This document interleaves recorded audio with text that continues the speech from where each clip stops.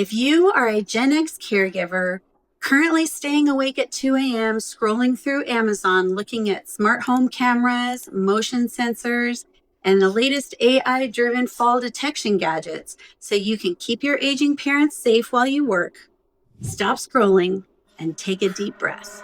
It's totally normal to want to leverage technology. We live in an era where AI can track everything from a senior's gait to their sleep patterns. But today, we need to talk about the absolute trap of the smart home care setup.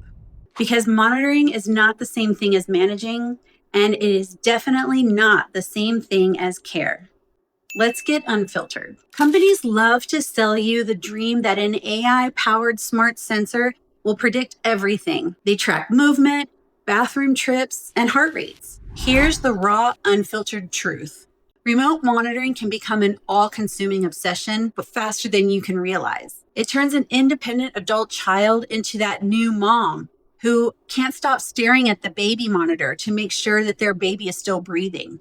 You might find yourself checking the app at work, refreshing the camera over and over, looking at that feed constantly during dinner, and panicking if a motion sensor hasn't detected movement by 8:05 a.m. That's not peace of mind.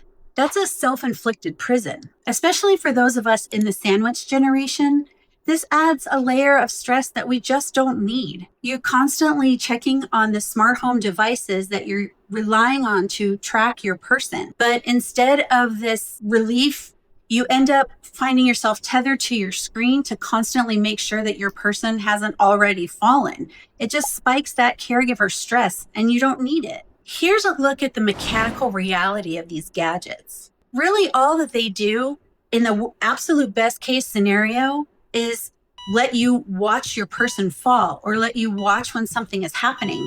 You're still not going to get there to be of any actual assistance until the issue has already happened.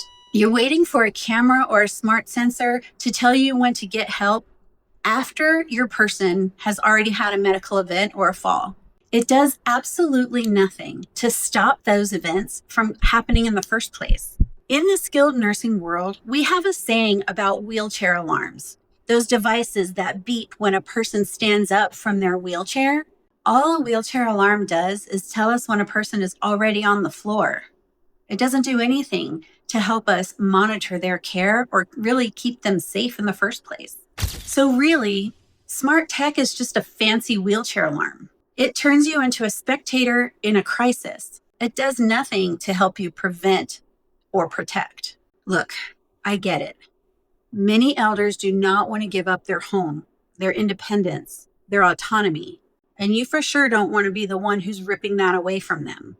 But if your parent's safety profile has dropped to the point where they require 24-hour-a-day, 7-day-a-week surveillance by you, it might be time for you to stop buying more gadgets and start rethinking about their actual living arrangements. Real safety is preventative. It's home modifications. It's hands-on care. Or it's moving to a facility where they can be watched 24 hours a day, 7 days a week. What it's not is an app notification to your phone while you're in a corporate meeting miles away and can't do anything to help them. I want to talk just a second about how these changes can affect you, the caregiver. These are difficult conversations to have with your person. You feel like the bad guy because you're the one who has to put that mirror in front of them and help them realize that living home alone is just not safe anymore. And you have to help them find that next level of safety and care, whether that be someone coming into the home during the day while they're awake or making that move into an assisted living situation. Know in your heart and keep in mind that these decisions are an act of love. It is not a failure on your part as a caregiver. You would do the same thing for your child.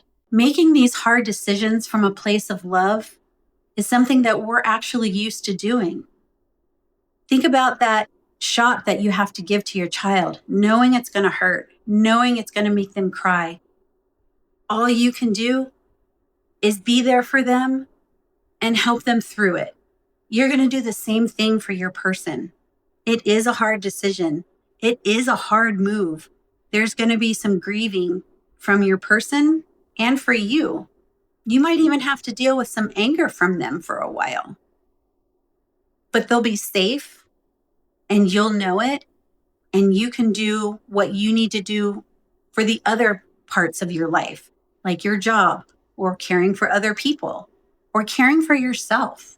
Remember that you are doing a beautiful job navigating a system that didn't come with an instruction manual. Technology is a tool, but it's never a substitute for safe, protective care. If you are tired of keeping all of this anxiety in your head and you need a concrete, human roadmap for your parents' living and safety arrangements, download my free resources or book a 30-minute free consultation with me at luminalife50.com. Let's build a plan together based on real safety, not digital panic. I'm Sandra, and this is Elder Care Unfiltered. I'll see you in the next one.